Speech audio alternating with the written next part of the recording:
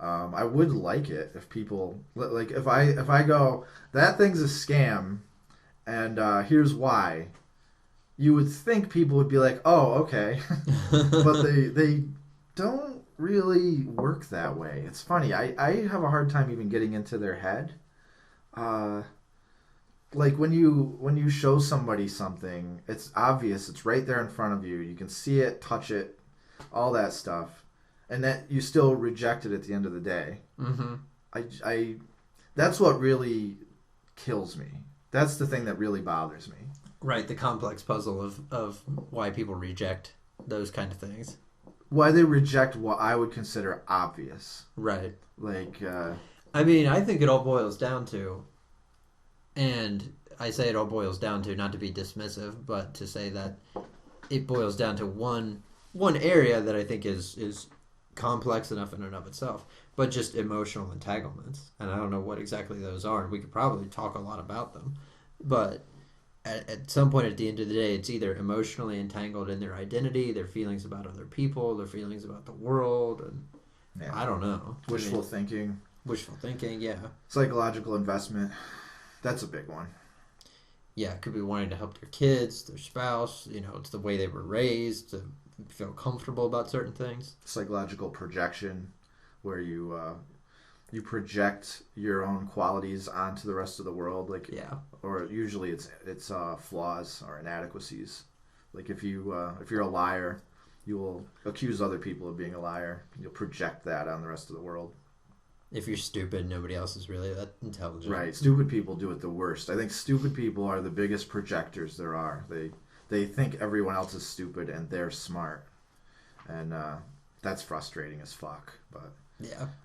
and then of course there's cognitive dissonance and compartmentalization, where you can believe different things. It's sort of like scientists who believe in like creationism, where the Earth is only a few thousand years old.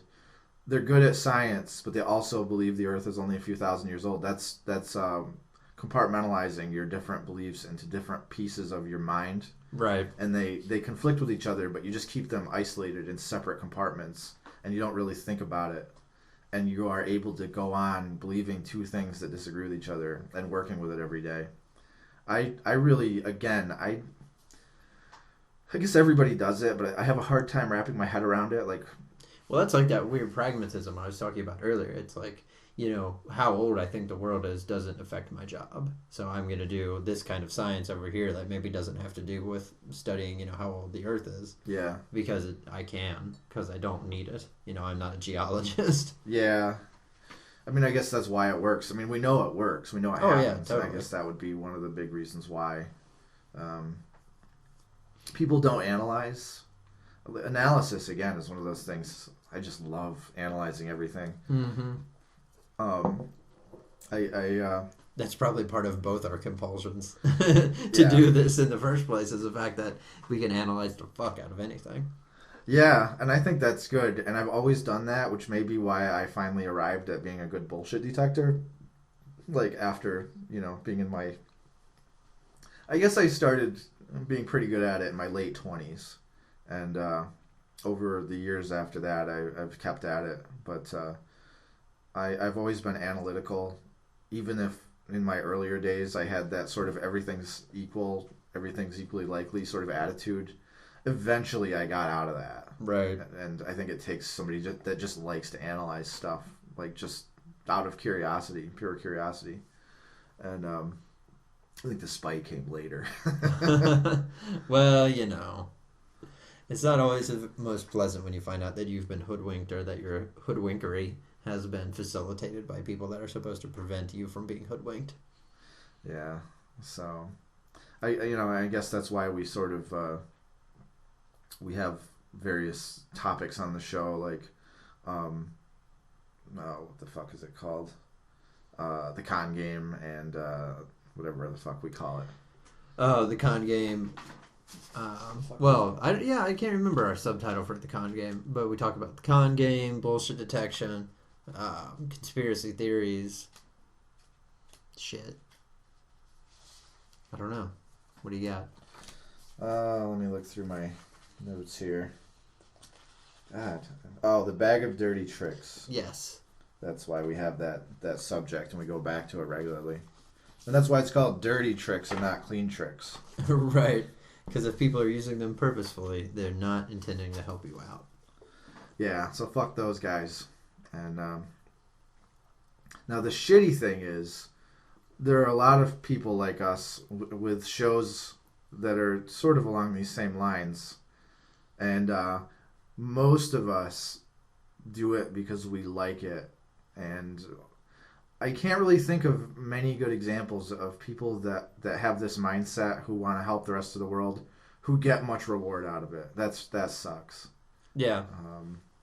Well, because I guess the way that I think about it is it's trying to like urge people towards the null hypothesis unless we have data in another direction. And when you basically try to urge people towards the null hypothesis, which means either, don't believe it, don't accept it, don't buy it. Anytime you urge a lack of action, I think people, not everybody, obviously there's going to be people that listen to us and like what we have to say, but anytime you're urging inactivity, I think that turns off a certain group of people, if not the majority of people, because most people don't really care, they just want to do. I think about this like in medicine a lot when we talk about evidence-based medicine and that sort of thing. If the evidence shows that the best thing to do in certain circumstances is to not treat or just to tell people to not go to the doctor, people aren't going to like that. They want to do. Doctors want to treat patients. Patients want to receive treatments. Yeah. And we're saying, in a lot of cases, no, you shouldn't do anything. Yeah, that's the thing is something is so much more, well, sounds dumb, but something is so much more of a thing than nothing is. And people like things. So it's only natural, I guess. People fucking love things, man. All you gotta do is go shopping. Yeah, our materialistic nature and our... I guess people like to feel like they're doing something. And it's a lot of people sort of know that if you don't do anything, a lot of times the problem will fix itself. Right. But I guess it's a visceral thing that you just sitting around doing nothing and waiting for whatever storm it is to blow over just doesn't feel. That's why there are these various religious rituals like rain dances, and there are rituals for like, when disastrous storms strike, etc. too. People are like doing a dance or beating a drum or something, and it makes them feel like they're doing something. I guess it's just built into our human nature.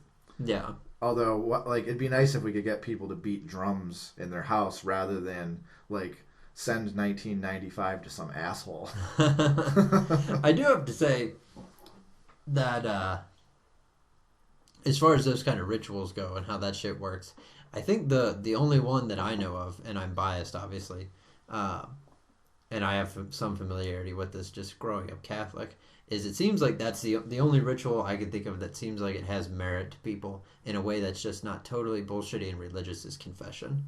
Now, being made to go like I had to when I was a kid, that doesn't fucking help anybody. But having it available just to be able to go somewhere and tell someone the most awful shit you've ever done, and they basically have to go, all right, well, no big deal. Just pray and you'll be good to go. Like, I can see where that actually would be useful. Now, if you're like, if you go to Catholic, I don't know how it is everywhere, and even since I was a kid, but we had to do like first confession when you're 8. And they explained to you the whole thing, and it's, at least I understood it well enough to know that I have to go and sit in front of this old guy and tell him all the bad shit I've ever done. I don't want to do that. That sounds fucking terrible. Yeah. Like, I'm cool with the stuff that I've done at 8 years old. Yeah. Like, were they weird if you didn't have enough stuff? That's the thing, is the priest was never weird. It was always like the religion teachers, and the teachers prepping you for it. Like, wanting, you got to really think about what you're going to say, and you have to take it seriously, and, God knows, and all that sort of stuff. And I was just like, oh, fuck, what the shit? Like, I didn't have the presence of mind when I was 8 to think, you're just 8, don't worry about it. Like, yeah. You haven't done anything.